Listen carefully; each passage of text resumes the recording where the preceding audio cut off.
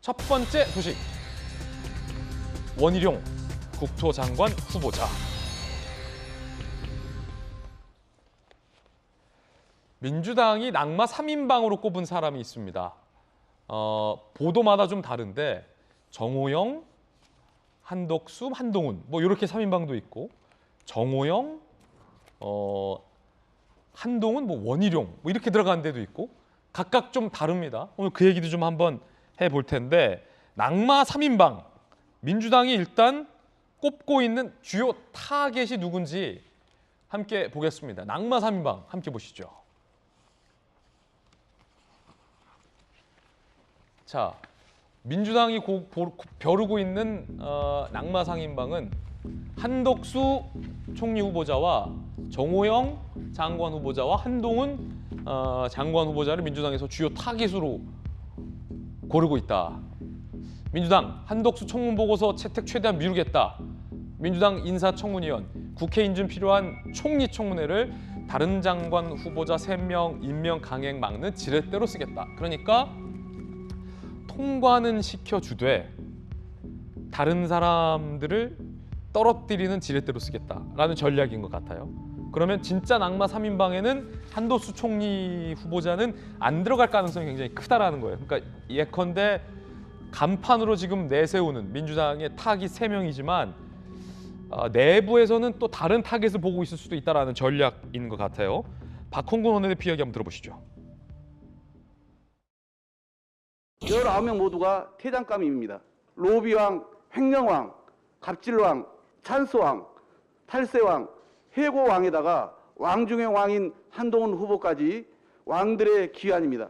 윤 당선인은 지금이라도 인사 참사에 책임지고 결단을 내리십시오. 자, 박홍근 원내대표도 지금 속을 알 수 없는 얘기했어요. 다 퇴장감이다라고 얘기를 했는데 저건 그냥 겉으로 하는 얘기고 속으로는 딱 몇 명을 진짜 타깃으로 보고 있을 것 같아요. 그게 누군지 궁금한데 김병민 대변인님. 하지만 당선인이나 지금 국민의힘 입장에서는 굉장히 불쾌해하고 있어요. 왜냐하면 인사 참사야말로 문재인 정권에서 임명 강행은 뭐 역대 정권 중에 가장 많이 임명 강행을 하지 않았습니까, 장관? 예. 청문 보고서 채택이 되지 않았음에도 불구하고 임명을 강행했던 숫자가 수십 명에 달하고 의혹만으로 임명하지 않으면 나쁜 선례를 남게 된다는 문재인 대통령의 발언까지도 많은 국민들의 불편한 감정들을 자아내게 만들기도 했었죠. 이제 청문회 과정들을 지켜보면서 결국 국민 여론이 어떻게 조성되느냐가 핵심일 거라고 봅니다. 민주당이 절대의석을 갖고 있으니까 보고서 채택 안 하려고 하면 얼마든지 안 할 수 있을 겁니다.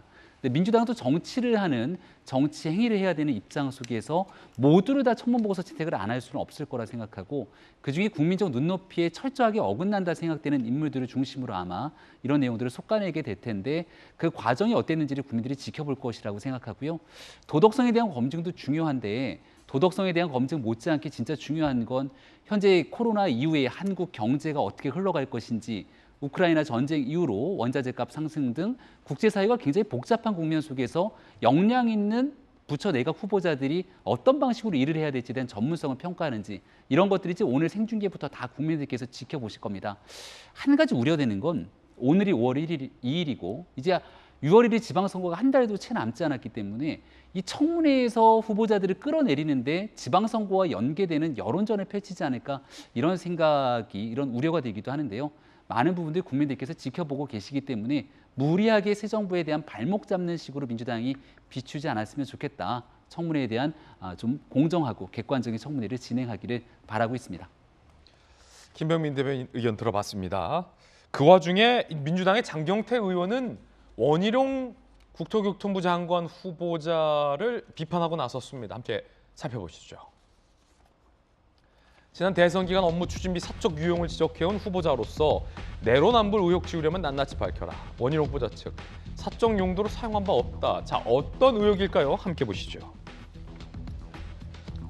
원희룡 업무 추진비 논란인데 김수영 교수님 어떤 논란입니까?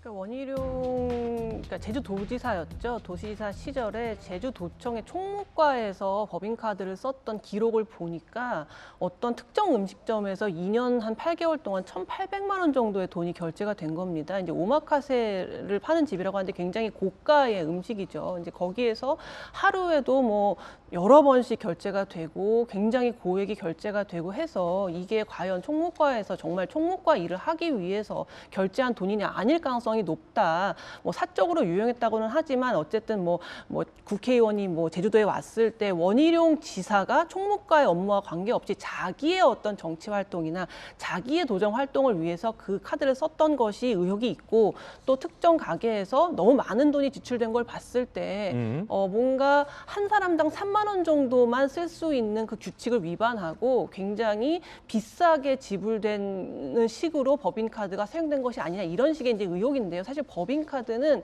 굉장히 느슨하게 사용이 됩니다. 이거 굉장히 문제가 많아요.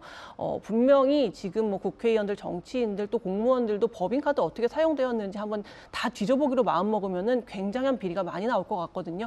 분명히 지금 이 원희룡 지사의 법무부 유용 의혹에 대해서는 물론 좀 더 투명하게 설명돼야 될 부분이 많이 있을 거라고 생각합니다. 그런데 이제 원희룡 지사가 예전에 이제 대선 기간에 대장동 일타 강사를 해서 뭐 여러 가지 이재명 저격수로 활동했었고 특히나 뭐 김혜경 씨의 뭐 법카 유용 이런 거에 대해서 많은 비난을 했다 보니까 결국은 같은 거 아니냐 이런 식으로 이제 반격을 받고 있는 것 같은데요.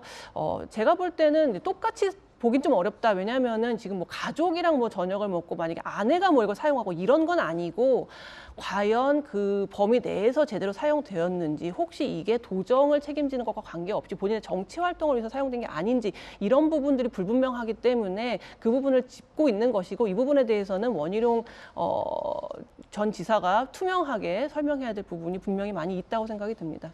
장경태 의원 등은 이 의혹을 비판하고 나섰는데 민주당 내부에서 제가 좀 취재를 해보니 실제 진짜 타깃은 원희룡이 아니다. 또 이런 말을 모 재선 의원이 저에게 얘기를 해주더군요.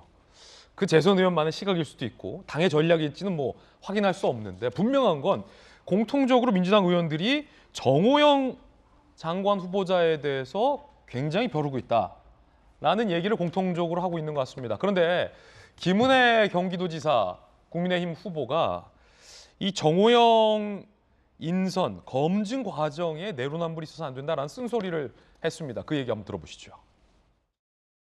한덕수 후보자 어떻게 보이세요? 그리고 정호영 후보자는 어떻게 생각하십니까? 저는 사실관계 확인이 우선인데요. 그러나 검증 과정에서 문제가 있었다면 저희도 내로남불을 하면 안 된다고 생각을 합니다. 정호영 장관 후보자 관련해서 검증이 제대로 안 됐고 밀어붙여서는 안 된다라는 얘기로도 들리는데 자, 이제 진실의 순간 전재수 의원님, 네. 당에서 점찍은 1순위 타깃이 정호영 장관 후보자입니까? 그런 거 없습니다. 예. 아, 순위 없어요? 예, 왜 그러냐면 저한테는 순위 있다고 그러던데. 재선 의원이. 그러니까 뭐냐면 없는 걸 있는 것으로 만들어 가지고 이 사람은 무조건 내려야 돼 이런 예. 것이 아니고. 아이 물론 그렇죠. 그럼요. 예. 그래서 언론에서 이제 검증을 예. 하고 있지 않습니까? 언론에서 검증하는 것들을 쭉 다 모아 가지고 네. 가장 문제 많은 순서대로 그렇죠. 이제 그렇게 하는 것이죠. 그러다 보니까 이제 그 정호영 보건복지부 장관 내정자가 지금 그 1순위가 돼 있는 거죠. 1순위입니까? 너무 많습니다. 그러니까 의혹 가지수가 너무 많은데 근데 더 중요한 거는 예.